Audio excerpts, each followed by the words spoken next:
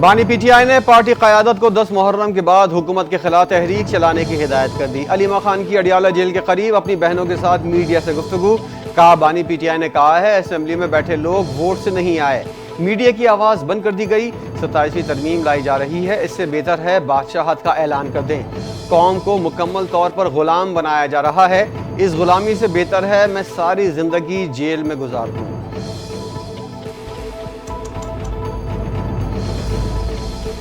ملک کو 2022 کے سیلاب نے بہت نقصان پہنچایا، سیلاب کے بعد ادارے کو جدید خطوط پر استوار کیا گیا۔ وزیراعظم شہباز شریف کا نیشنل ایمرجنسی آپریشن سینٹر میں تقریب سے خطاب، کہا خطرات سے آگاہی کے حوالے سے این ڈی ایم اے اہم ادارہ ہے، موسمیاتی تبدیلیوں کے تناظر میں این ڈی ایم اے پر بھاری ذمہ داری ہے، سوات میں قیمتی جانیں ضائع ہوئیں، سیاست کو ایک طرف رکھ کر ایمانداری سے جائزہ لینا چاہیے، ایسے واقعات کی روک تھام کے لیے صوبائی حکومتوں کے ساتھ مربوط پروگرام بنانا چاہیے۔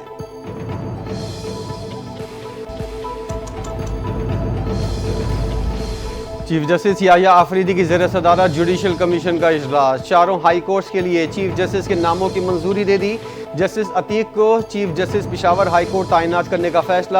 جسٹس روزی Khan chief justice Balochistan high court مقرر، سندھ ہائی کورٹ کے لیے جسٹس جنید غفار کو چیف جسٹس بنانے کی منظوری دے دی گئی، جسٹس سرفراز ڈوگر کی اسلام آباد ہائی کورٹ کے مستقل چیف جسٹس کی تعیناتی کی منظوری دی گئی۔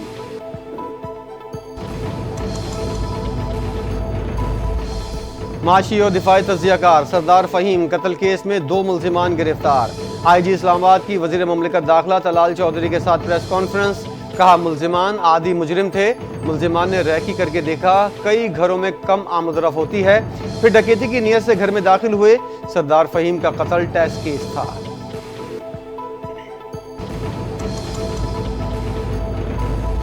ٹیکس گزاروں کو تنگ کرنے یا پھر نگرانی اور اصلاحات کے نام پر شہریوں کو ہراساں کرنے کی اجازت نہیں دی جائے گی، اختیارات کا ناجائز استعمال کرنے والے ایف بی آر افسران کو اس نظام میں معافی نہیں ملے گی، چیئرمین ایف بی آر کی اسلام آباد میں پریس کانفرنس، کہا ٹیکس ادا کرنے والا ہر شہری ہمارے لیے اہمیت کا حامل ہے، ہمارا مقصد ٹیکس جمع کروانے والوں کو تنگ نہ کرنا ہے۔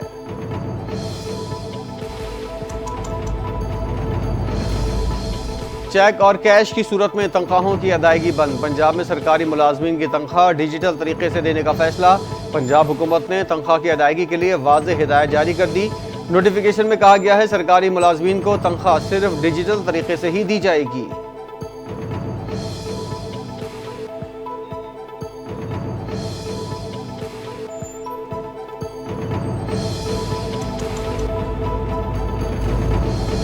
سندھ حکومت کا 4400 اساتذہ بھرتی کرنے، 4 آئی بی اے کالجز قائم کرنے کا اعلان، سندھ ایجوکیشن انڈومنٹ فنڈ کے ذریعے مزید ہزاروں مستحق طلبہ کو وظائف دیے جائیں گے،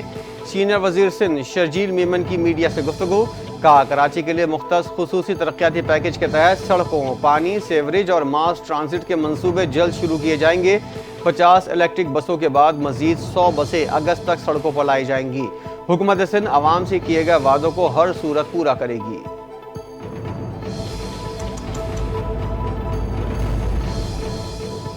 پیٹرولیم مصنوعات کی قیمتوں میں اضافے کے بعد ٹرانسپورٹرز نے کرایوں میں اضافہ کر دیا، لاہور میں فیصل آباد، بھلوال، چکوال، سیالکوٹ روٹ کے لیے 50 روپے جبکہ میرپور، کراچی، کوٹلی کے لیے 200 سے 300 روپے اضافہ، مسافروں نے شدید پریشانی کا اظہار کرتے ہوئے کہا ہر طرف سے غریب ہی پس رہا ہے۔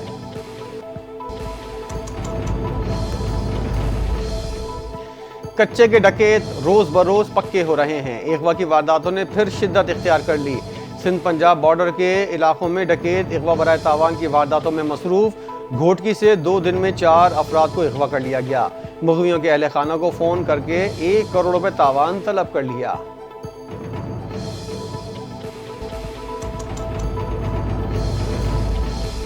سندھ حکومت نے یوم عاشور کی مناسبت سے 2 روز کی عام تعطیل کا اعلان کر دیا، چیف سیکریٹری سندھ کی جانب سے نوٹیفیکیشن جاری،